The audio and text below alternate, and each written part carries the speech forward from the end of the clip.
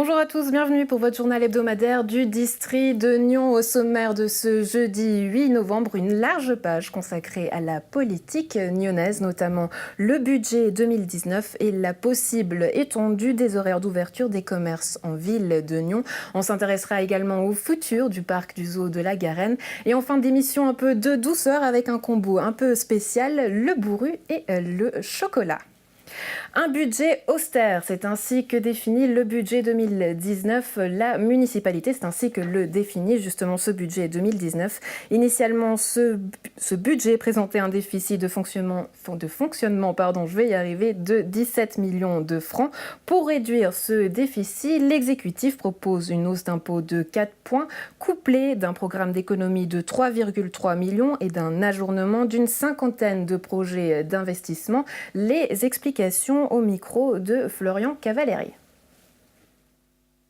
Austère, tel est le mot employé par la municipalité nyonnaise pour qualifier son projet de budget 2019. L'exécutif s'est efforcé de réduire un déficit de fonctionnement estimé à 17 millions de francs pour l'an prochain. Le budget que nous présentons aujourd'hui présente un déficit de plus de 8,5 millions, c'est-à-dire légèrement supérieur à celui de 2018. C'est un budget difficile, un budget d'austérité, et on doit expliquer au conseil communal que nous passons une période difficile, qu'il y a des efforts à faire, qu'il y a une symétrie des efforts, d'un côté avec des réductions de dépenses et de l'autre avec une hausse de la fiscalité. Pour ramener ce déficit dans une marge acceptable, l'exécutif a agi sur 3 axes. Une hausse d'impôts, un programme d'investissement revu à la baisse et des mesures d'économie de l'ordre de 3,3 millions de francs. Une hausse de la fiscalité de 4 points, 0,2 pour 1000 pour l'impôt foncier et enfin, bien entendu, une démarche d'économie qui semblait nécessaire, en tout cas pour satisfaire une partie du Conseil. Il y a d'abord l'économie sur l'entretien en général, que ce soit l'entretien des routes ou l'entretien des bâtiments, par exemple, ou d'autres petits entretiens. Il y a une économie sur les subventions que nous allouons à l'extérieur. Il y a d'autres économies à l'interne de l'administration communale, à savoir, par exemple, des dépenses qui ne seront pas faites au niveau de la communication ou au niveau des réceptions, et une petite mesure aussi au niveau du conseil communal et de la municipalité. La municipalité a sauvegardé les emplois et aucun licenciement n'est annoncé. Rayon manifestation, les pianos en libre service font partie des manifestations annulées et l'amphithéâtre est, lui, dans la liste des 50 projets suspendus ou reportés. Quant au sport et à la culture, ils sont aussi impactés. Leurs aides et subventions seront réduites de 5%. Oui, nous avons voulu une équité de traitement entre le sport, entre la culture ou différents autres intervenants, et c'est effectivement moins 5% qui a été proposé et accepté par la municipalité. Selon la municipalité nyonnaise, ce budget alarmant est dû en grande partie à l'introduction de la RIE 3 cantonale. Mais les mesures fiscales fédérales devraient l'améliorer dès 2020. Ce qu'on espère, c'est que ça soit très provisoire. Ça veut dire qu'on est pour l'année 2019, éventuellement l'année 2020, encore quelques difficultés, et qu'ensuite, avec l'introduction de la politique financière fédérale, il puisse y avoir quelques compensations. On table aussi sur une réforme de la péréquation, qui est une machine infernale pour Nyon, mais malheureusement, ça viendra probablement qu'en 2022. Donc on doit patienter un peu d'ici là. Ce budget et les mots sont importants et donc austères, mais pas encore désespérés. Mais si lundi prochain le Conseil refuse tant la hausse d'impôts que le budget, les finances communales connaîtraient alors une véritable situation de crise.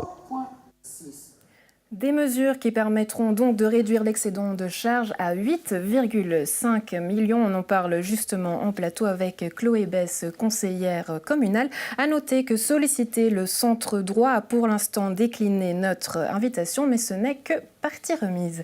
Chloé Besse, bonjour. Bonjour. Donc vous êtes conseillère communale, mais également présidente du PS Nyon et présidente pour la fête de la musique. J'aimerais tout d'abord connaître votre choix quant à cette hausse d'impôt. Quel sera votre vote et pourquoi ? Alors sans surprise, le Parti socialiste de Nyon va soutenir cette hausse d'impôt donc de 4 points pour le taux communal donc de 4 points, et puis 0,2 pour 1000 pour l'impôt foncier.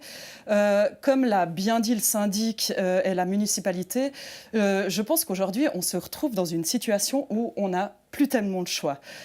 Si on n'augmente pas les impôts et si la municipalité n'avait pas fait 3,3 d'économie, nous aurions un budget à moins 17 millions. Comme l'a également dit la municipalité, c'est des mesures qui ne vont pas être pérennes dans le temps. Nyon, rappelons-le, est une ville-centre. Nyon a besoin d'infrastructures. La population est en hausse. La situation actuellement est alarmante, mais ce n'est pas une situation dans l'absolu qui va être alarmante sur les 10 ans à venir. J'aimerais juste rappeler aussi ce que veut dire une hausse d'impôts juste pour les ménages.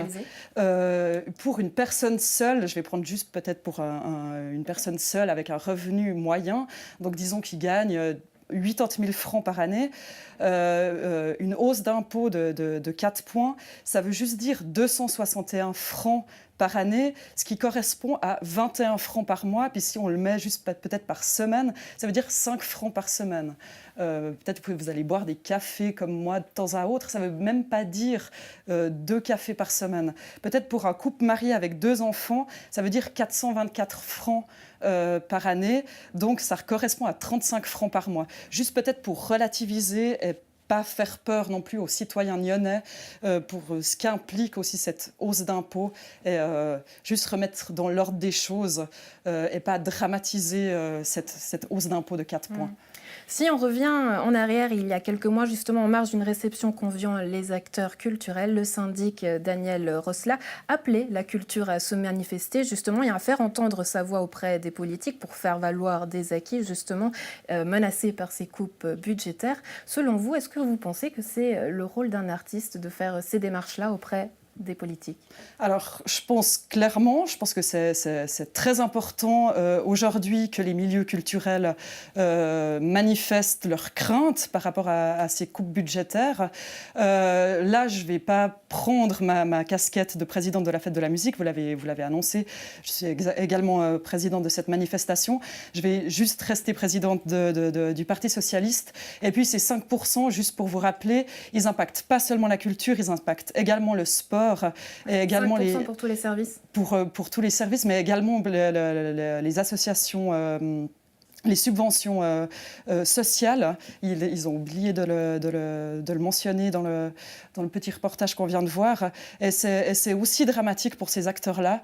On sait que peut-être les milieux culturels ont une force assez grande à se mobiliser, mais n'oublions pas le sport et le social pour qui je pense c'est aussi dramatique aujourd'hui. Justement, parce que vous vous êtes mobilisé justement en tant qu'acteur culturel et en tant que présidente de la Fête de la musique. Donc austérité oblige pour tout le monde. Les acteurs culturels comme les autres devront se contenter d'une subvention diminuée de 5% l'an prochain. Les réactions du côté du milieu culturel au micro de Rodolphe Henner. À la faveur d'un plan d'économie visant à diminuer de 3,3 millions le déficit budgétaire 2019, tout le monde à Nyon devra participer à l'effort, y compris la culture dont les subventions allouées seront diminuées pour chacun des récipiendaires de 5%. La municipalité a décidé d'être égalitaire en fait dans ces économies, donc tous les services ont dû faire des sacrifices, des économies. Le service de la culture a dû toucher aux subventions culturelles, oui, pour 5% en moins de leur montant précédent. Elle a touché aussi à des manifestations auxquelles les Nyonnais et les promeneurs étaient attachés, genre les pianos en libre service, c'est fini. L'espace d'une sculpture sur la place du château, c'est fini. Et d'autres exemples encore dans les musées qui ont vu leur budget en réduction. 5% de diminution pour tous, sauf pour l'usine à gaz, qui perdra en tout 50 000 francs de sa subvention. Alors l'usine à gaz a un double effet d'économie, entre guillemets, parce que c'est une période où L'association travaille avec des spectacles hors les murs, avec des diminutions de nombre de spectacles, et des spectacles plus modestes en général. Donc c'est clair qu'il y a moins de frais de fonctionnement. Et par ailleurs, évidemment, l'usine à gaz, comme toutes les autres associations ou fondations, font 5% de réduction de subventions culturelles au budget communal. Autre perdant notoire, l'Élastique Citrique, qui s'est vu refuser il y a quelques semaines une augmentation de subvention par le conseil communal et qui voit désormais sa subvention traditionnelle diminuer de 5%. C'est justement une de ces situations particulières qui demanderait que l'on ne fasse pas des coupes linéaires, mais qu'on apprécie au cas par cas. L'Élastique Citrique est un moment extrêmement important de son histoire et la ville doit prendre ses responsabilités. Donc j'ai déposé un postulat pour que l'on revienne d'une certaine manière en arrière. La culture touchée, alors les acteurs culturels se mobilisent, comme l'appelait de ses voeux le syndic en personne au mois d'août dernier. Et puis si vous connaissez des conseillers communaux, rappelez-leur que c'est pas dans la culture qu'il faut couper. Ces acteurs culturels viennent de signer un manifeste demandant aux autorités de ne pas les saigner à blanc. Tout cela se vérifiera dans quelques jours lors de l'approbation d'un budget que beaucoup voudront amender. Alors très clairement, ils ont un budget à approuver tout soudainement au début décembre. Et là, s'il y a des mécontentements par rapport à des rubriques, très clairement, ils peuvent les amender en plus. Techniquement, la messe n'est donc pas encore dite pour la culture. Chloé Besse, la semaine dernière, justement, avant la présentation de ce budget, vous avez organisé un manifeste pour la culture en tant que président de la fête de la musique et avec Christian Yor, président, lui, de l'Élastique Citrique. Pourquoi ? Alors, effectivement, le mois dernier, le conseil communal de Nyon a refusé un préavis qui demandait 60 000 francs pour 3 associations culturelles. La fête de la musique, donc on va la préciser, la fête de la musique, l'Élastique Citrique et Musique Sacrée Musique. Et plus également 10 000 francs pour les subventions culturelles, ponctuelles, pardon. Et suite à cela, on s'est rencontrés, donc ces trois associations culturelles, pardon, et on s'est posé la question comment réagir et qu'est-ce qu'il fallait faire, quel message voulait faire passer le conseil communal. Et on s'est dit rédigeons un manifeste pour la culture, rassemblons-nous, passons un message auprès des autorités, auprès du public. Et suite à la rédaction de ce manifeste, nous avons appelé toutes les associations culturelles nyonnaises à se rencontrer, à signer ce manifeste. Et nous avons aujourd'hui 27 associations nyonnaises représentant la culture qui ont signé ce manifeste et nous allons très prochainement le diffuser dans les médias et à voir comment nous rassembler et surtout donner un message par rapport au budget qui vient de sortir et cette coupe de 5% dont les associations n'étaient pas au courant la semaine passée, évidemment. Il y aura donc une suite, mais très concrètement, par exemple, quelles sont les conséquences du refus de cette demande d'augmentation de subvention par le conseil communal pour ces 3 associations-là en question ? Alors, je pense qu'on n'est pas toutes impactées de façon similaire. Pour la fête de la musique, je peux parler en mon nom. Nous allons pouvoir continuer de façon similaire aux dernières années. Nous avions des projets par rapport aux années suivantes, notamment à la création, aux appels à création et au développement de notre manifestation. Ça, malheureusement, nous n'allons pas pouvoir le faire. Et ce n'est pas le cas pour tout le monde. Par exemple, la manifestation « Oui, je suis à vous » qui ne pourra pas continuer. Qui a été simplement sucrée, effectivement. Mais j'aimerais vous faire revenir sur un événement. On a entendu dans le reportage qui vient d'être diffusé, Claude Uldry, municipal en charge des finances, dire équité de traitement. À l'inverse, on entend justement qu'on pourrait proposer un postulat au cas par cas. Où est-ce que vous situez ? Je pense que Christian Yor l'a bien signalé aussi, et ça a été repris dans un article du 24 heures.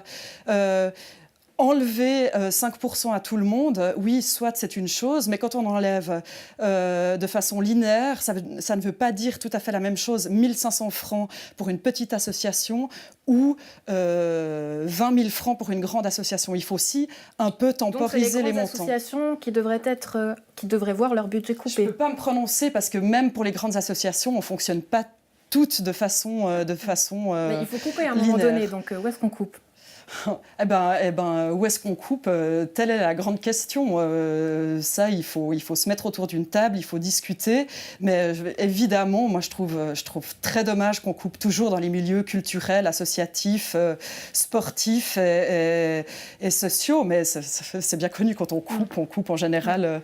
Là, en l'occurrence, c'est 5% pour tout le monde. Vous estimez que la culture, c'est le parent pauvre de la ville de Nyon ?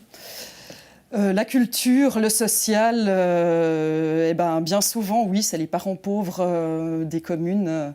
Et on sait que quand on fait des coupes budgétaires, c'est là où ça coupe. Ça peut paraître étonnant pour les gens qui nous entendent, parce qu'on entend souvent parler Nyon, ville de festival, il y a beaucoup d'acteurs culturels, c'est riche. Donc qu'est-ce que vous répondez à ça, Chloé Besse ? Nyon, ville de festival, oui, on a de la chance. Mais je pense qu'on est une ville où effectivement la culture est florissante, est riche, etc. Mais j'espère que si la droite décide de couper de ne pas augmenter les impôts, si la droite décide d'amender le budget, moi j'ai peur pour les milieux culturels, j'ai peur pour le social et j'ai peur pour les milieux sportifs, ouais, effectivement. Chloé Besse, merci pour ces précisions et bonne suite à vous. Merci. Les commerçants du centre-ville de Nyon auront peut-être bientôt le droit d'ouvrir leur magasin jusqu'à 19h le samedi. C'est du moins la solution que propose la municipalité pour soutenir le dynamisme économique et commercial de la ville. Une nouvelle qui répond à la demande de la Société industrielle et commerciale de Nyon. Les réactions au micro de Rodolphe Fener. Est-ce que c'est un succès pour les commerçants nyonnais de voir la municipalité qui vous appuie dans votre désir d'élargir les horaires d'ouverture à 19h le samedi ? Tout d'abord, après 3 longues années de négociations, nous sommes heureux que la ville nous a entendus, car les commerçants nyonnais ont vraiment besoin de cette ouverture du samedi 19h. Au niveau commerçant, c'est important d'avoir une heure supplémentaire, de par la taille de la ville qui ne cesse de grandir. Et donc, certains consommateurs demandent pourquoi les magasins ferment à 18h, alors que, par exemple, si on prend l'exemple de Rives, qui est notre voisin le plus proche, ferme à 19h. La ville est divisée en 3. Vous avez le quartier touristique qui est le quartier de Rives. Vous avez la zone fédérale qui se trouve au centre-ville, mais qui est la gare. Et au milieu de tout ça, vous avez les commerçants nyonnais qui ont un autre horaire d'ouverture que Rives.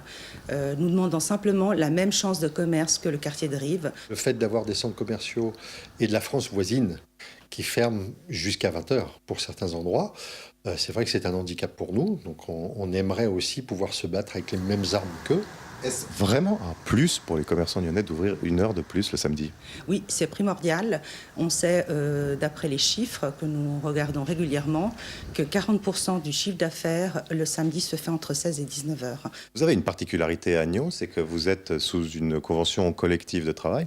Particularité que vous partagez avec la seule ville de Lausanne dans tout le canton de Vaud.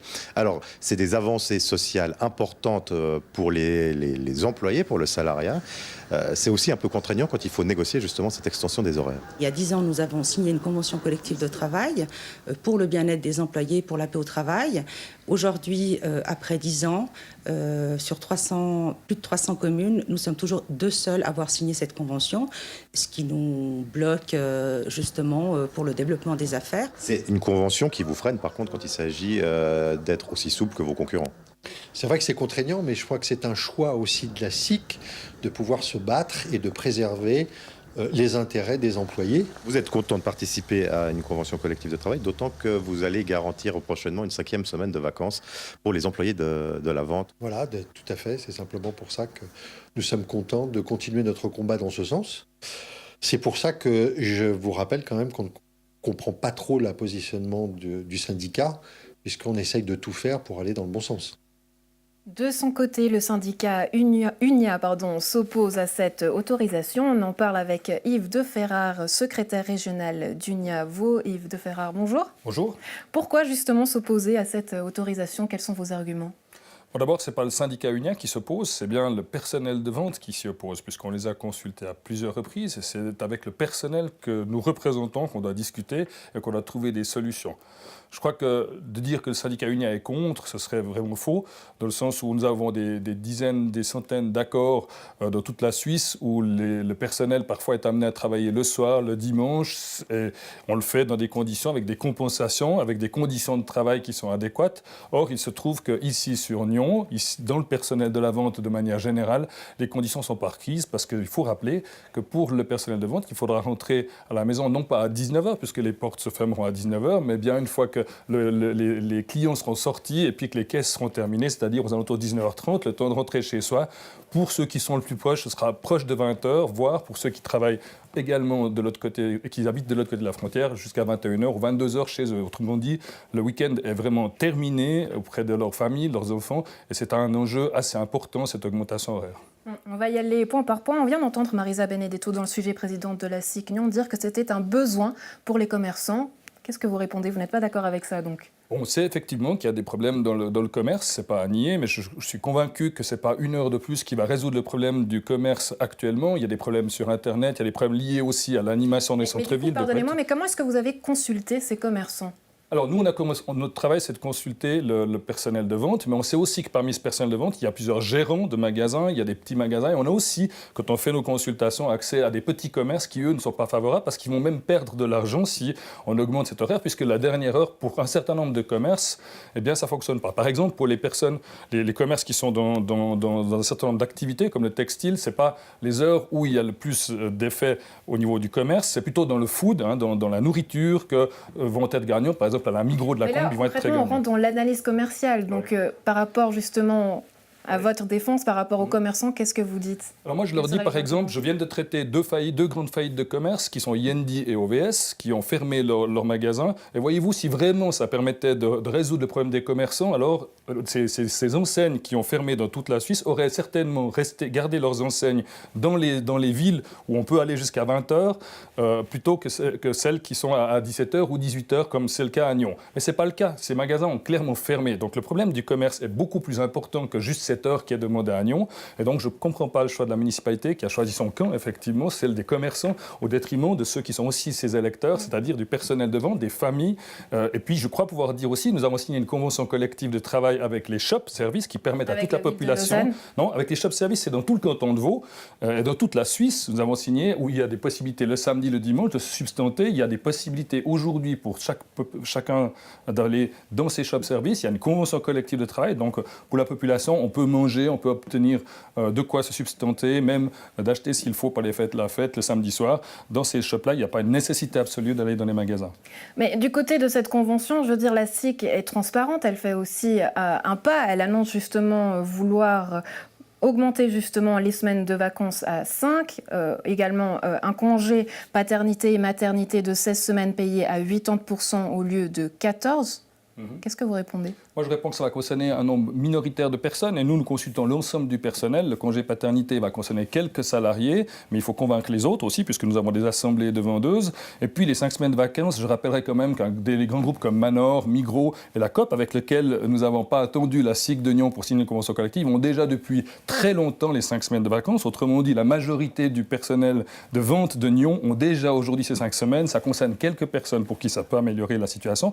Mais nous, donc, comme syndicalistes, on doit... que ce pas n'est pas réellement fait. Non. Et vous savez, quand on a accepté, chez Novartis, que vous connaissez très bien à Nyon, lorsqu'il a été demandé de travailler le samedi ou le dimanche, il y a eu des discussions avec la direction et les compensations doivent être suffisantes. Le personnel a donné l'autorisation au syndicat unien de dire oui. Et je crois qu'il faut comprendre qu'il s'agit, c'est une question de proportion. Et là, on parle des 18h à 19h le samedi pour le personnel de vente d'éléments importants, c'est-à-dire une bonne partie du week-end pour ce personnel-là qui va être empiété. Et nous, le personnel qu'on a consulté est clair. D'ailleurs, un représentant de la municipalité, du secrétaire de la municipalité était présent dans notre assemblée de vente. L'unanimité du personnel de vente nous a dit non. Donc le syndicat va, lui, effectivement, suivre son personnel qu'il défend et regrette la prise de position de la direction. On va appeler d'ailleurs le conseil communal à ne pas entrer en matière parce que ce serait très grave. Voyez-vous, moi j'étais à l'origine de cette convention collective lorsqu'elle a été mise en place dans les commerces nyonnais. Ça a pris plus que 3 ans pour se mettre d'accord et les commerçants ont obtenu des augmentations d'horaires. quel compromis est-ce qu'on peut trouver? Je veux dire, arrive, ça se fait, vous l'avez dit tout à l'heure, les commerces ferment à 19h. Même si ça doit prendre encore une année de plus, il faut le faire. Et puis je rappellerai par ailleurs qu'il y a des discussions au niveau cantonal. La décision de Nyon aura un impact aussi. Je crois que si on veut pouvoir sereinement résoudre le problème de le canton, il faudra une harmonisation des horaires dans tout le canton. Ce n'est pas la commune de Nyon toute seule, en augmentant ses horaires, qui va régler le problème. Ils auront toujours un décalage avec Signy et ils reviendront, les commerçants, dans quelques années, demander une heure de plus. Non, il faut résoudre le problème au niveau cantonal. J'aurais préféré que la municipalité s'investisse au niveau cantonal. Alors effectivement, pour qu'on puisse avoir cette harmonisation. Mais si cette harmonisation se fait du côté du canton de Vaud et qu'elle décide de passer tout le monde à 19h, qu'est-ce que vous répondez? Il y aura dans ce cas-là des discussions au niveau d'une convention collective. Vous voyez, le problème, c'est qu'on n'a pas de partenaire en face. Dans le canton de Vaud, les commerçants sont incapables aujourd'hui de constituer une association patronale pour discuter en face du syndicat. Nous, on est prêts, le syndicat Union. On négocie des conventions dans la construction, dans l'industrie, dans toute une série d'activités, mais on a en face de nous, on n'a pas de partenaire en face de nous.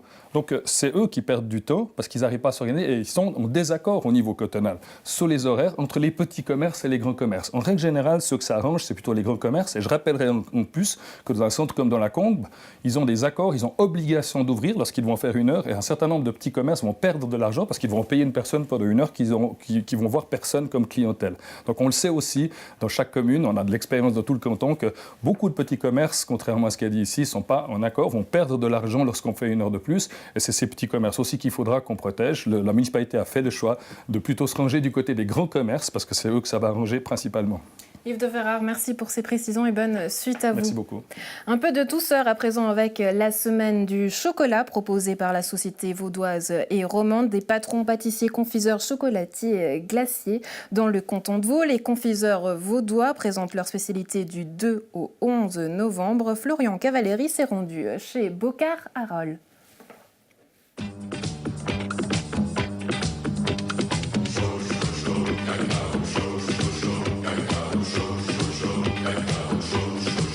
Et voilà, pour célébrer cette semaine du chocolat, on est ici sur le lieu du crime, dans une chocolaterie, plus précisément la chocolaterie Bocard.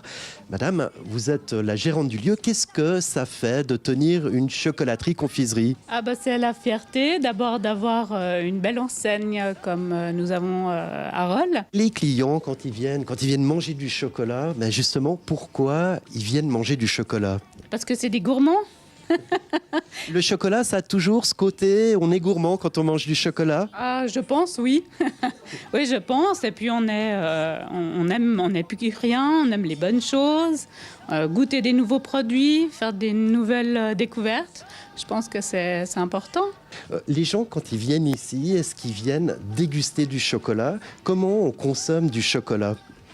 Alors, nous faisons assez régulièrement des dégustations quand on sort un nouveau produit avec les feuilletines qui marchent chez nous très bien. Et puis, on a des petits sucres dont on aromatise le chocolat. Donc, oui, on fait régulièrement des dégustations. Ici, on a pas mal de spécialités, et notamment des spécialités locales, telles que les truites du Léman, telles que les bouchons vaudois ou encore les images de Rolles. Justement, ces spécialités locales, c'est ça que les gens viennent chercher principalement? Tout à fait, on essaie de se démarquer avec ces produits-là qu'on ne trouve pas chez le voisin. Donc on apporte un soin particulier à ces produits-là parce que c'est nos produits, c'est les produits de la Maison Bocard et on se donne vraiment un soin particulier à les réaliser de façon optimale. Qu'est-ce qui fait que c'est un bon chocolat? C'est quoi un bon chocolat? Alors un bon chocolat, je dirais la première chose, c'est un chocolat qui n'a pas... Typiquement, on parle beaucoup d'huile de palme. Il y a des chocolats qui ont des huiles de palme. Et légalement, c'est interdit d'appeler ce genre de produit chocolat. Il faut que ce soit à la base la cabosse, donc la cabosse qui produit les fèves. Et c'est à partir de ça qu'on fait un bon chocolat. Qu'est-ce qui fait un bon chocolatier? Un bon chocolatier, c'est quelqu'un qui a la passion. Voilà, moi j'ai 56 ans. Ça fait depuis 15 ans que je suis dans le métier. Je m'estime bon chocolatier parce que je suis toujours dans le métier et je peux vous dire c'est rare que quelqu'un reste autant longtemps. En principe, les jeunes font leur apprentissage, travaillent quelques années. C'est un métier physique quand même, c'est un métier pénible. Il faut aimer se lever le matin, il faut aimer travailler pendant les fêtes, il faut aimer travailler pendant que les autres ont congé. C'est pas toujours évident et moi, je suis passionné toujours par ce métier. J'attends la retraite quand même avec impatience, mais la passion est toujours là. Bah voilà, si vous êtes passionné de chocolat, si vous avez envie d'en faire un métier, contactez la fédération patronale. Et sinon, venez tout simplement déguster ces bons produits que sont, je le rappelle encore une fois, les truites du Léman, les bouchons vaudois ou encore les images de rôle.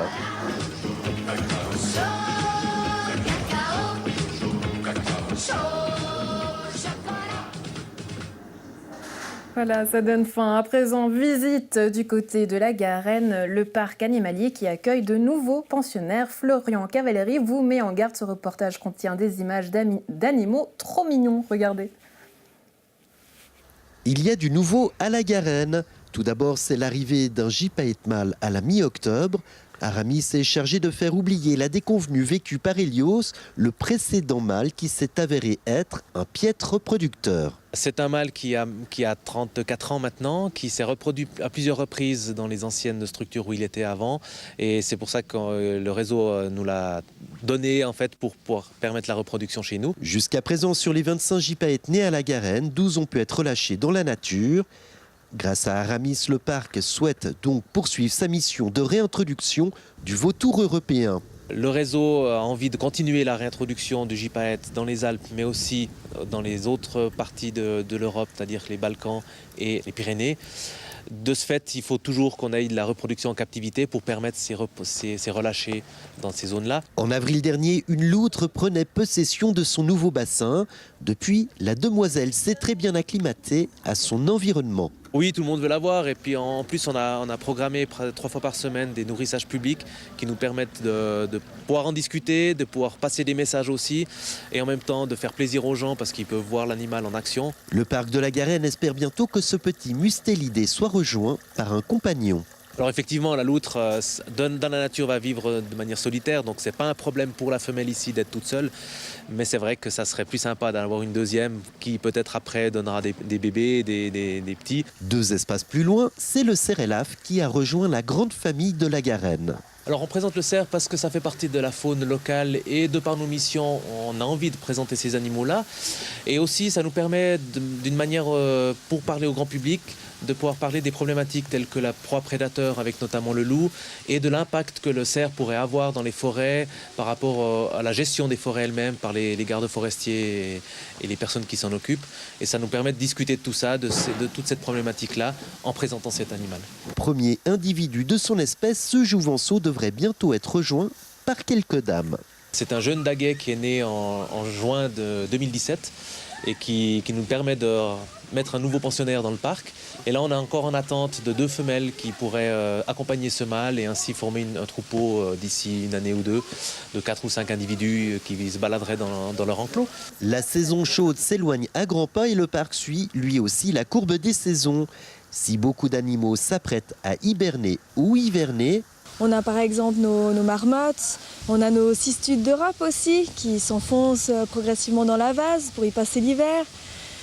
On a nos blaireaux aussi qui sont de moins en moins actifs, donc eux ils vont hiverner en passant beaucoup de temps dans leur galerie. De nombreux autres pensionnaires restent actifs. C'est le cas par exemple de nos loups. Ils ont déjà un pelage bien dense qui a commencé à se densifier tout au long de l'année. Les lynx aussi, en plus avec la tombée des feuilles, on va pouvoir mieux les observer encore qu'en été parce que généralement ils dorment dans les buissons la journée. Donc là en hiver, on a des animaux qu'on voit différemment, des fois mieux. Et puis des fois on comprend qu'ils ont des stratégies pour mieux passer l'hiver. De très bonnes raisons de se déplacer à Levaux puisque le parc animalier est ouvert toute l'année. On reste à la Garenne, mais pour parler justement de l'avenir du parc, avec vous, Roger Perrin, président du conseil de fondation. Bonjour. Bonjour. Alors j'aimerais parler tout d'abord chiffres, parce que c'est toujours le nerf de la guerre pour tout le monde. En quelques mots, le budget, comment il se présente ? Alors, le budget se présente bien, pas aussi bien qu'on l'avait imaginé au moment de l'ouverture. Nous sommes partis d'une feuille complètement blanche. C'est toujours très délicat de faire un budget quand on n'a pas d'expérience. L'ancienne Garenne était quelque chose de fondamentalement différent. Et puis, la première année a été un tel succès que ça nous a plutôt encouragé à avoir... Le jour de l'ouverture, 6 000 visiteurs. C'est ça. Donc les chiffres ne sont pas restés constants. Voilà, donc au départ, la première année, on a eu jusqu'à la fin de l'année plus de 90 000 personnes qui sont venues. Et ça nous a encouragé à être un petit peu optimistes sur les budgets des années suivantes. Et effectivement, nous avons une très bonne fréquentation mais pas aussi élevé que ce que nous avions imaginé à l'époque. Il y a plusieurs facteurs qui peuvent l'expliquer. D'une part, quand on ouvre un parc, il y a toute une série de curieux qui viennent, dont certains étaient plutôt venus pour voir un parc d'attractions. Effectivement, là, ils ne trouvent pas. Nous ne sommes pas un parc d'attractions, nous sommes un parc animalier. Vous ne voulez pas être un parc d'attractions, pourquoi ?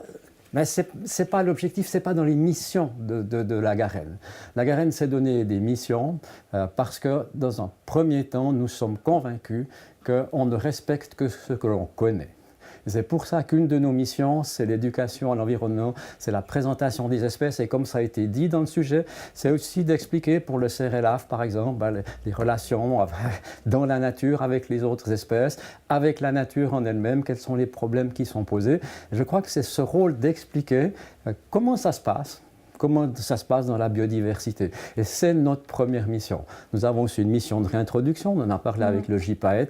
On a aussi un centre de soins qui accueille entre 5 et 600 animaux par année que nous soignons pour les remettre dans la nature. Et là, on n'est pas du tout dans un esprit de parc d'attractions. Mais pourtant, pardonnez-moi, vous proposez de plus en plus d'animations. Hein. Je pense aussi notamment à votre partenariat avec le Casino Théâtre de Rolle. Donc pourquoi faire ces animations ? Mais c'est des animations qui ont été faites en collaboration avec la région aussi, qui ont aussi ce côté éducatif. Hein, donc ce n'est pas simplement une animation qui est là juste pour attirer les gens.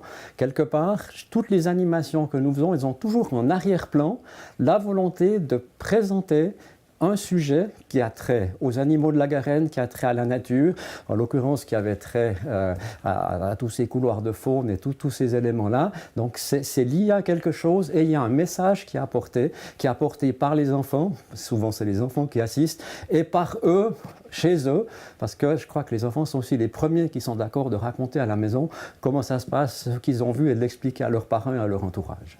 Aujourd'hui, quel mode de financement vous souhaitez pour le parc ? Alors, pour aujourd'hui, nos entrées couvrent à peu près les 3/4, un peu plus des 3/4 des recettes du parc. Et nous avons à peu près un quart qui vient de dons. Et effectivement, nous aurions aimé être plus haut dans le financement direct par les recettes des entrées pour que les dons, qui sont plus aléatoires, ne puissent être utilisés pour des nouveaux développements et pas forcément pour le ménage annuel. Donc c'est un petit peu là que nous sommes en retrait. Et effectivement, nous partons aussi du principe que ce soit l'éducation à l'environnement, que ce soit le centre de soins ou la réintroduction d'espèces menacées, c'est une forme de service public. Et peut-être que si on est entendu, j'entendais le sujet tout à l'heure, avec les budgets des communes, ça n'a pas l'air gagné d'avance, mais c'est d'avoir éventuellement là aussi un soutien public plus important, comme c'est le cas dans des eaux plus grands, que ce soit à Bâle ou à Zurich, où les dons des collectivités publiques. Ça vous paraît donc difficile au vu du contexte économique et politique actuel ? Mais je crois que c'est une question de priorité, c'est une question de savoir si on travaille à court terme, si on travaille à long terme. Et je pense que la Garenne, avec les missions qu'elle s'est données, a plutôt tendance à viser sur le long terme. Et je pense que ce serait un bon investissement, oui. J'aimerais vous faire réagir sur un autre élément justement d'actualité. Vous parlez d'éducation. Aujourd'hui, beaucoup d'actions des antispécistes avec des actions très fortes, virulentes. Vous parlez d'éducation. Donc, est-ce que ce genre d'actions vous font peur pour un parc animalier comme la Garenne ? Oui et non. Oui, parce qu'on ne sait jamais. Donc, à un moment donné, quels sont les objectifs précis et les cibles de ces groupements qui ont le droit d'avoir un certain nombre de pensées. Ce qui est dommage, c'est que leurs actions, à mon avis, les desservent. Mais donc oui, on peut en avoir peur. Et non, parce qu'effectivement, il faut savoir qu'à la Garenne, actuellement, donc pratiquement la quasi-totalité des animaux que nous avons ont passé à travers un centre de soins, ou au minimum donc, sont venus d'autres parcs. Donc, on est plutôt un EMS pour animaux qu'un véritable. Ça fait aussi partie des définitions de la Garenne, et je pense que c'est des arguments qu'on peut mettre en avant en disant voilà, c'est une manière, et surtout, on ne va pas aussi loin que des antispécistes, mais on explique aussi que finalement, les animaux et la nature en général doivent être respectés Alors peut-être pas aussi loin qu'ils le veulent, mais peut-être mieux qu'on le fait maintenant, et je pense qu'on contribue aussi. Voilà. Merci Roger Perrin pour ces précisions et bonne suite à vous et à tous ces animaux, bien évidemment. Merci, au revoir. Enfin, et pour terminer ce journal, le dernier épisode de notre série consacrée aux vendanges. On s'intéresse cette semaine aux bourrues. Pressoir au repos et vendange terminée. C'est désormais l'heure de la dégustation. Depuis 1997, le premier week-end de novembre, les vignerons de Beugnin, Loing, Vinzel et Bursin ouvrent leur cave aux amoureux du vin. L'occasion de découvrir le bourru, un vin nouveau en train de fermenter et encore faiblement alcoolisé. Le bourru, c'est quand le vin fait sa première fermentation, c'est-à-dire quand il passe le sucre en alcool. Alors le bourru, c'est vraiment le vin qui est en train de transformer. Seulement voilà, particularité de cette année, les vendanges ont eu lieu pour la plupart très tôt. Donc le bourru, eh bien, il paraît qu'il n'y en a plus. Cette année, c'est clair qu'il n'y a pas de bourru, puisqu'on a fini les vendanges déjà depuis 3 semaines. Donc tous les vins ont fini leur première fermentation, donc il n'y a plus de vin, quasiment plus de vin qui ont encore du sucre. Alors ça s'appelle le bourru, mais en réalité, il n'y a pas de bourru.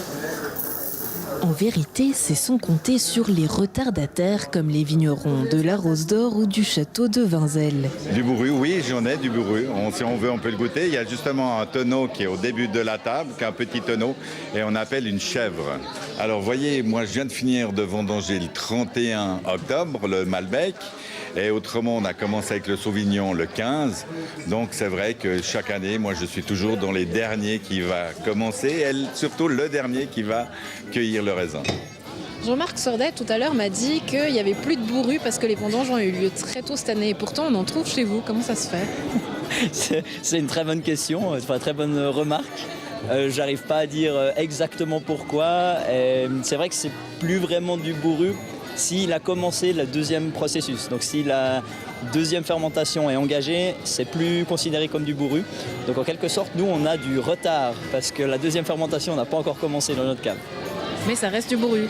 C'est du bourru, tout ce qu'il y a de plus normal, disons, plus classique.